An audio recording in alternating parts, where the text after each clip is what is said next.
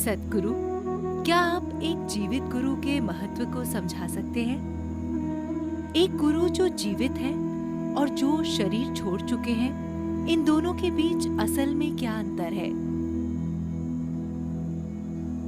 क्या मुझे वाकई मरे हुए और जिंदा के बीच का अंतर समझाना होगा?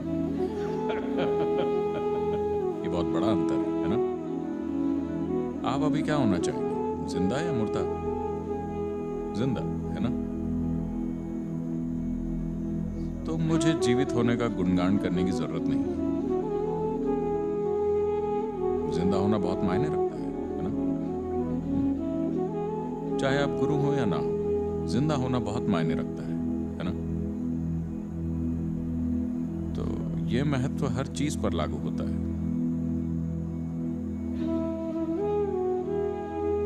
जो लोग अपना शरीर छोड़ चुके हैं वो प्रेरणा का स्रोत हो सकते हैं, लेकिन आप उनके साथ काम नहीं कर सकते।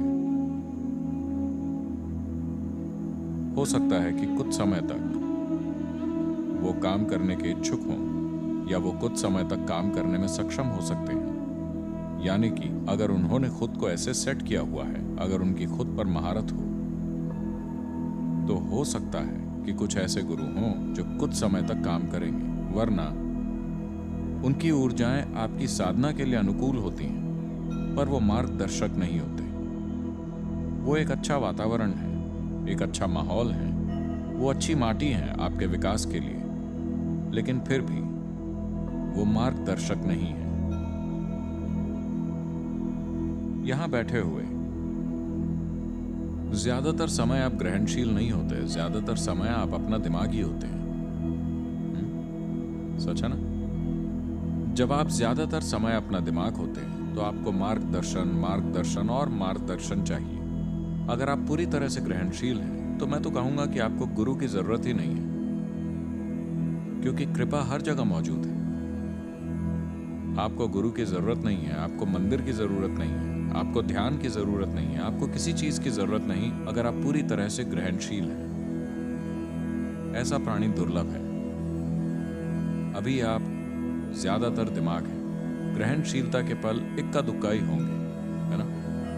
जब आप ज्यादातर दिमाग हैं तो जीवित के साथ रहना आपके लिए सबसे अच्छा है, मरे हुए के साथ नहीं। अगर आप पूरी तरह से ग्रहणशील हैं तो मरे हुए के साथ भी आपका काम चल जाएगा और उसके बिना भी काम चल जाएगा, क्योंकि कृपा अस्तित्व की किसी एक जगह तक सीमित नहीं है। अस्तित्व में कोई ऐसी जगह नहीं है जहां कृपा नहीं है।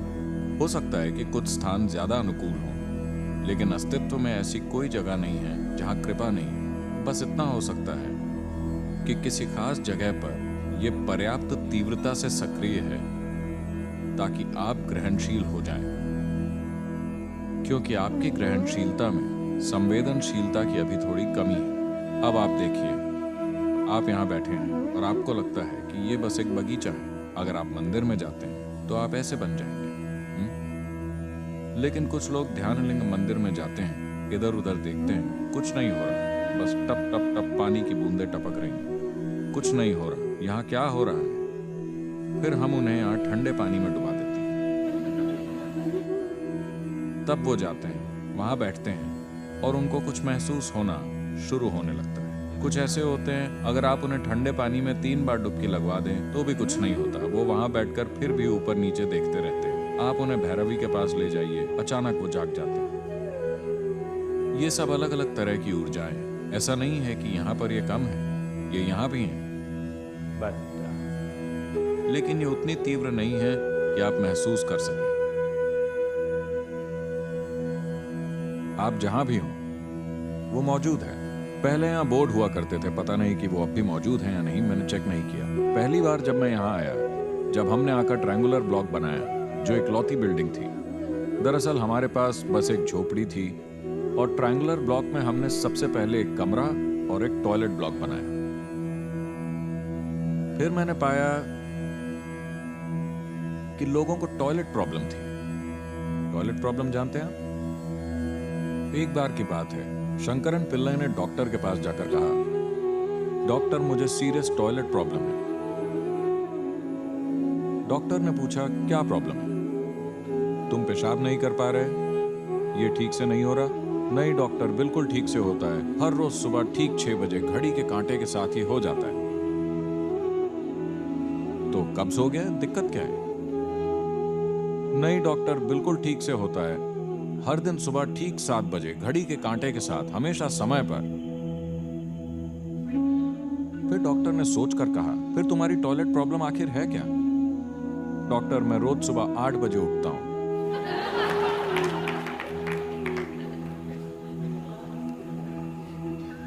तो लोगों को इस तरह की टॉयलेट प्रॉब्लम्स थी। ऐसा नहीं कि वो नहीं हो रही थी, वो हो तो रही थी, लेकिन थोड़ी बेतरतीब हो रही थी। तो मैंने उनसे कहा कि वहां एक बोर्ड लगा दें, ईश्वर यहां भी है। हर टॉयलेट के अंदर जब आप दरवाजा बंद करके बैठते हैं, आपको बोर्ड दिखता है, ईश्वर यहां भी है, ताकि आप शौच भी थोड़ी पवित्रता के साथ करें। शौच भी एक आध्यात्मिक प्रक्रिया हो सकती है। आखिरकार पूरी आध्यात्मिक प्रक्रिया खुद को स्वच्छ करना ही है। ये एक बहुत ही बढ़िया, दिन के दौरान यह सबसे अच्छी सफाई है जो आप कर सकते हैं। हाँ? तो कृपा वहां भी मौजूद है। टॉयलेट में ये किसी तरह से कम नहीं है, पर हो सकता है कि आप टॉयलेट में उसे महसूस न कर पाएं, क्योंकि आप अपना काम खत्म करके वहां से बाहर निकलना चाहते हैं। मंदिर ज्यादा अनुकूल है, सिर्फ माहौल में ही नहीं, ऊर्जा के स्तर पर भी इसे अनुकूल बनाया गया है, ताकि आप उसे महसूस कर सकें। अभी हर जगह जीवन ऊर्जा मौजूद है, पर आप उसे ग्रहण नहीं कर पा रहे। आपको एक खास तरह से भोजन को तैयार करके खाना होता है, तभी आप इसे अपने अंदर ले पाते हैं। एक बकरी आकर यह घास खाती है और उसे पोषण मिल जाता है। आप इस घास को खाकर पोषण प्राप्त नहीं कर सकते, आपको अलग तरह की चीज चाहिए। There are many insect forms. ऐसे कई किस्म के कीड़े हैं, ऐसे कई माइक्रो ऑर्गेनिजम्स हैं जो अपनी 90% जीवन ऊर्जा धूप और हवा से प्राप्त करते हैं, भोजन और पानी से नहीं। उनकी सिर्फ 10% ऊर्जा ही पानी और उनके खाने से आती है, क्योंकि वो बहुत छोटे हैं। They are micro. अगर आप माइक्रो हैं तो आप कितना खाएंगे? माइक्रो माइक्रो, है ना? तो आपके अंदर भी अगर आप बहुत ग्रहणशील हो जाते हैं, तो आप देखेंगे कि अगर आप दिन भर बहुत ज्यादा खुश रहते हैं, तो आप देखेंगे कि आपके भोजन की मात्रा कम हो जाएगी, क्योंकि आपकी ग्रहणशीलता बेहतर है। आप सूरज की रोशनी, हवा और पानी को जिस तरह से ग्रहण करते हैं, आपकी 60% जीवन ऊर्जा सूरज की रोशनी, हवा और पानी से आसानी से पैदा की जा सकती है। बस 40% ही भोजन से प्राप्त करनी होगी। दुनिया में अधिकतर लोग अभी जितना खा रहे हैं, उसका बस 25 से 30% खाना खाकर ही अच्छे से रह सकते हैं, अपना वजन बरकरार रख सकते हैं। वही वजन कायम रहेगा, वजन कम नहीं होगा। वो अच्छे से रहेंगे, पहले से कहीं ज्यादा स्वस्थ, कहीं ज्यादा चुस्त, कहीं ज्यादा सक्रिय और कहीं ज्यादा ऊर्जावान। वो जितना खाते हैं उसका सिर्फ 25 से 30% खाकर आप आजमा सकते हैं। और ऐसा होता है, जब आप भाव स्पंदन कार्यक्रम में होते हैं तो आप अपनी सामान्य खुराक का 20 से 25% भी नहीं खाते, क्योंकि हम आपको खाने के लिए समय ही नहीं देते। और लोग रोज की तुलना में कहीं ज्यादा एनर्जेटिक होते हैं। लोग संयमा के लिए आते हैं, अगर वो ध्यानशील हो जाते हैं तो वो मुश्किल से ही कुछ खाते हैं और फिर भी वो बिल्कुल ठीक रहते हैं। तो आपकी ग्रहणशीलता को बढ़ाने की जरूरत है। अगर आपकी ग्रहणशीलता बढ़ जाती है, तब जिंदा, मरे हुए, यहां तक कि वो भी आपकी मदद करेंगे जिनका अस्तित्व ही नहीं है।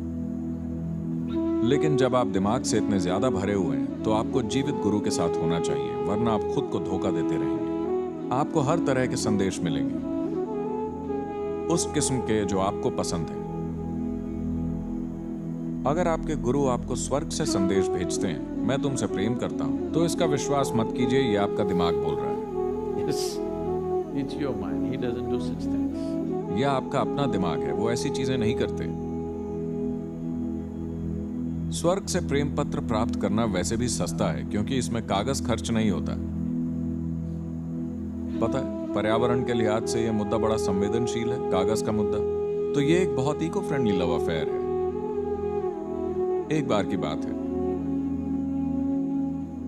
एक लड़का कॉलेज गया। पहले दिन उसने इधर उधर देखा। उसकी बाईं ओर एक खूबसूरत लड़की बैठी थी। फिर उसने कागज के एक टुकड़े पर लिखा, मैं तुमसे प्यार करता हूं, और तुम?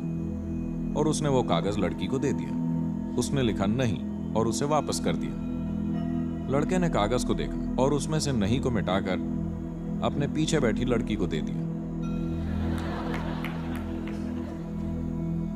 उसने उसे देखा और लिखा हाँ और उसे वापस दे दिया। इस कहानी की सीख है,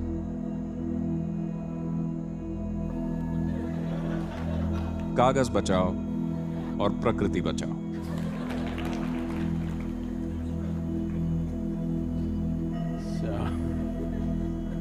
पर्यावरण के लिए अच्छा है, आध्यात्मिकता के लिए नहीं। तो जब आप इतना ज्यादा दिमाग हैं, तो आपको एक और दिमाग की जरूरत है जो आपको दुरुस्त करे। अगर आप दिमाग नहीं होते, आप पूरी तरह से ग्रहणशील होते, तब मरे हुए और बिना अस्तित्व वाले भी सहायक होते। एक चट्टान भी सहायक होती।